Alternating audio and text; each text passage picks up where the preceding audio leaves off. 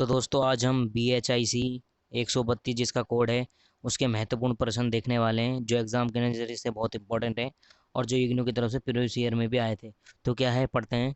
राजपूतों की राजनीतिक और सैन्य प्रणाली महत्वपूर्ण विशेषताओं पर एक टिप्पणी कीजिए। क्या थी राजनीतिक और सैन्य प्रणाली व्यवस्था राजपूतों की, तो इसमें ये बताना है। तो क्या था, राजपूत समाज भारतीय इतिहास में एक महत्वपूर्ण स्थान रखता है जिसकी राजनीतिक और सैन्य व्यवस्था भी उसकी महत्वपूर्ण विशेषताओं में से एक है। तो क्या है, राजपूतों में राजनीतिक सैन्य व्यवस्था का आधार है उनके ऐतिहासिक और सांस्कृतिक पृष्ठभूमि पर आधारित है। यह नीचे राजपूतों की राजनीतिक और सैन्य व्यवस्था पर महत्वपूर्ण विशेषता दी गई हैं। तो हम देखते हैं अब इनकी क्या थी महत्वपूर्ण विशेषताएं राजपूतों की। राजपूतों की राजधानी व्यवस्था अत्यंत महत्वपूर्ण थी।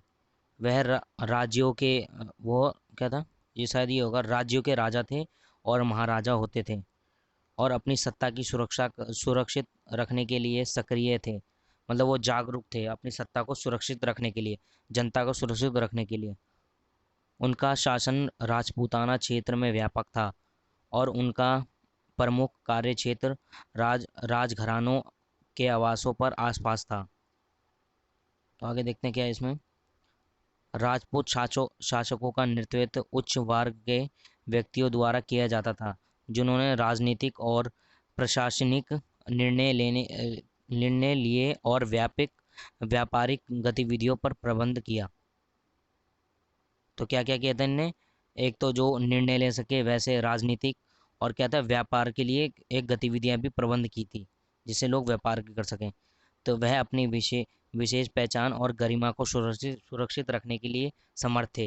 वो अपनी गरिमा को, जो इज्जत है, उसको सुरक्षित रखने के लिए समर्थ थे पूरी तरीके से। तो क्या है, राजपूतों की राजधानी व्यवस्था में शासनकाल के दौरान कई महत्वपूर्ण संस्थाएं विकसित हुई। कौन सी संस्थाएं थी, जैसे दरबार, मंत्रिपरिषद और समितियां, ये सब उस किस टाइम हुई, राजपूताना दौर पर। ये संस्थाएं और प्रशा प्रशासकीय कार्यों के लिए निर्णय लेने के लिए महत्वपूर्ण थी।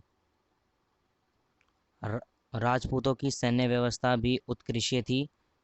वह अपने राज्यों में मजबूत सेना का आयोजन करते थे और युद्ध के लिए तत्पर रहते थे। मतलब वह पूरे जागरूक रहते थे पूरी तरह, कि अगर कोई भी अगर हमला करना चाहे तो आ जाए। वो तत्पर रहते थे, वो जागरूक रहते थे कि हम मुकाबला कर पाएंगे।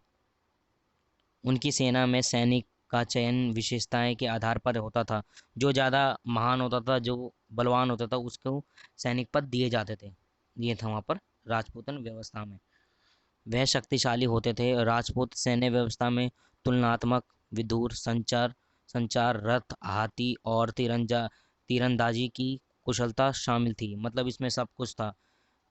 विद्युत संचार, चाहे रथ हो, हाथी हो या तीरंदाज, सभी तरह के इसमें शामिल थे, जिससे एक मजबूत राजपूताना व्यवस्था बनती थी।